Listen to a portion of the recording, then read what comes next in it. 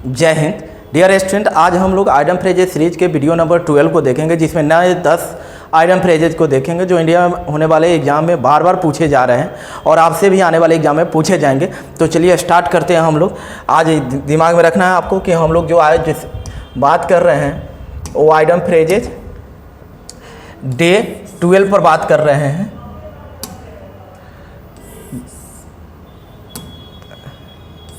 देखिएगा, डे आज 12 पर बात कर रहे हैं, यानी इससे पहले 11 वीडियो और आइडम फ्रेजेज के अपलोड हो चुके हैं। अगर उसे नोट नहीं किए हैं तो उसे भी नोट करें। आप देखेंगे इंडिया में होने वाले सारे एग्जाम में बार बार वहीं से क्वेश्चन आएंगे जो आपके कंटेंट कॉपी में होंगे। तो चलिए शुरू करते हैं। पहला क्वेश्चन देखते हैं इसका हम। पहला देखिएगा, अल्टर एगो। अल्टर एगो का मतलब होता है एन इंटीमेट फ्रेंड, यानी बहुत नज़दीकी दोस्त इसको बोलते हैं।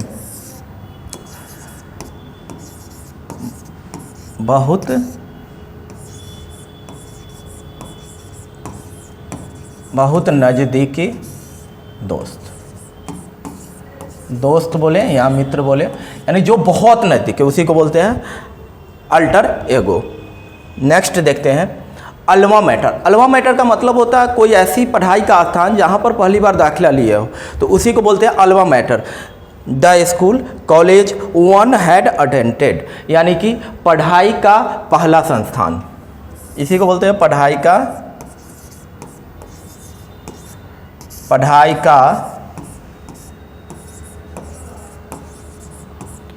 पहला संस्थान।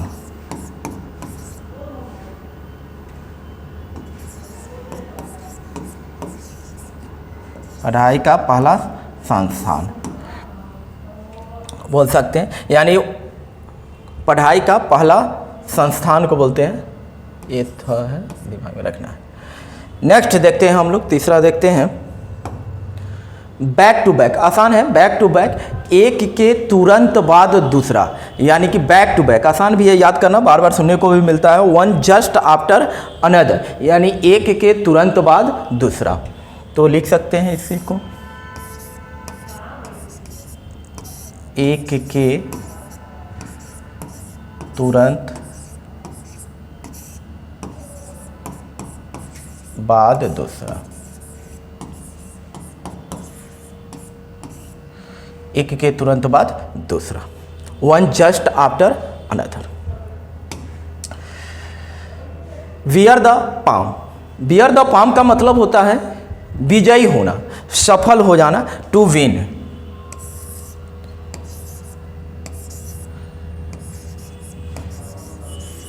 विजयी होना,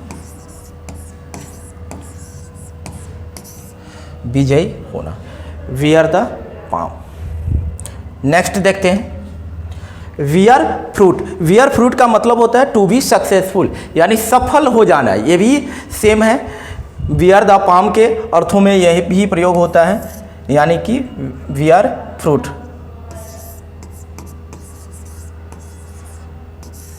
सफल होना।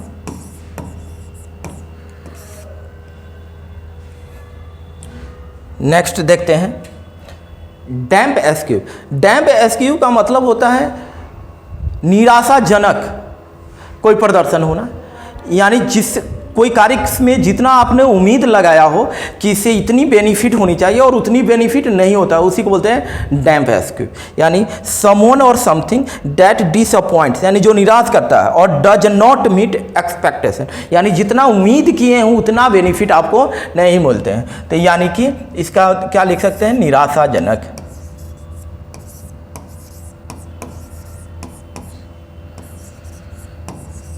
निराशाजनक।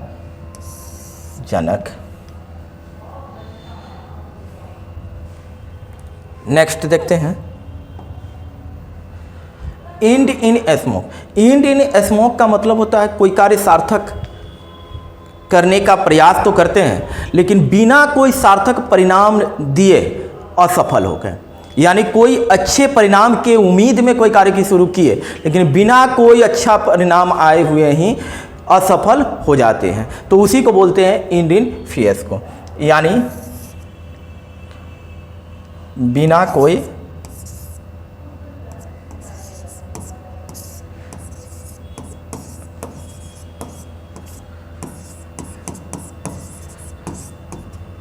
बिना कोई सार्थक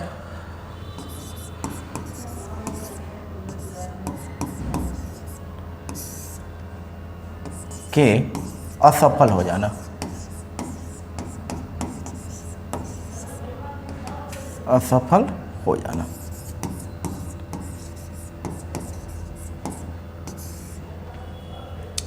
नेक्स्ट देखते हैं, गो बस्ट। गो बस्ट का मतलब होता है जीवन में कोई ऐसी अनुभव होना जिस समय आपके पास कुछ नहीं हो,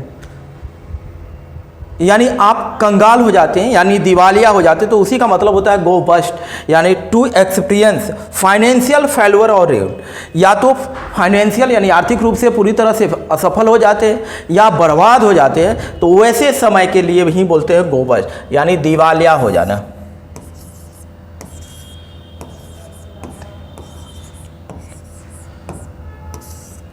दिवालिया हो जाना, हो जाना। दूसरा इसको बोल सकते हैं कंगाल हो जाना,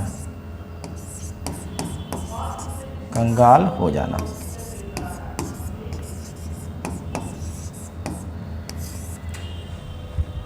नेक्स्ट देखते हैं, hello and hearty. Hello and hearty का मतलब होता है कंप्लीटली हेल्दी, पूरी तरह स्वस्थ, पूरी तरह स्वस्थ, पूरी तरह स्वस्थ, पूरी तरह स्वस्थ होना।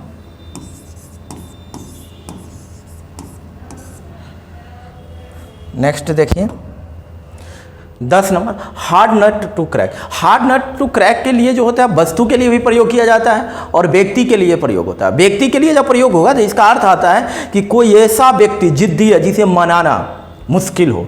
काम के लिए अगर हो जाए तो इसका मतलब हो जाता है कोई ऐसा कार्य जिसे करना बहुत मुश्किल हो। तो दोनों अर्थों में प्रयोग होता है, इसलिए दोनों लिखा है। Difficult to deal with person, ऐसा व्यक्ति जिसे मनाना अपने अनुकूल बनाना बहुत मुश्किल हो, और सॉल्व वर्क यानी कोई कार्य जिसे करना बहुत मुश्किल हो। तो दोनों अर्थों में लिखा हुआ, पर्सन में भी और वर्क काम के लिए तो भी। तो लिखेंगे कोई ऐसा काम, कोई ऐसा काम जिसे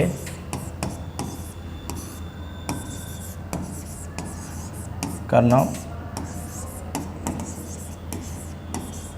बहुत मुश्किल हो।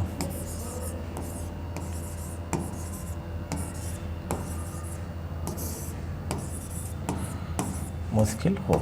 तो हम लोग आज आइटम फ्रेजेस सीरीज के वीडियो नंबर 12 को देखें। इससे पहले 11 देख चुके हैं। आप एग्जाम के पेपर प्रीवियस ईयर देखें या आने वाले कोई एग्जाम का पेपर देखेंगे तो आपको देखने को मिलेगा सारे यहीं से एग्जाम में क्वेश्चन आए हैं और आएंगे, क्योंकि ये पूरी तरह से जो है एग्जाम ओरिएंटेड क्वेश्चन है, आइटम फ्रेजेज है। आप विश्वास रखिए सारे क्वेश्चन यहीं से आएंगे, इसलिए इसका नोट बनाते जाओ और बार बार इसको देखते जाओ। और इसका सीरीज तब तक मैं चलाता रहूँगा आइटम फ्रेजेज का जब तक इंडिया में होने वाले सारे कॉम्पिटिटिव एग्जाम के लिए आपके पास पर्याप्त कंटेंट ना हो जाए। तो इसलिए इसे जारी रहे, जुड़े रहे और लगातार देखते रहें, नोट करते रहें और एग्जाम में अच्छे परफॉर्म करते रहें। जय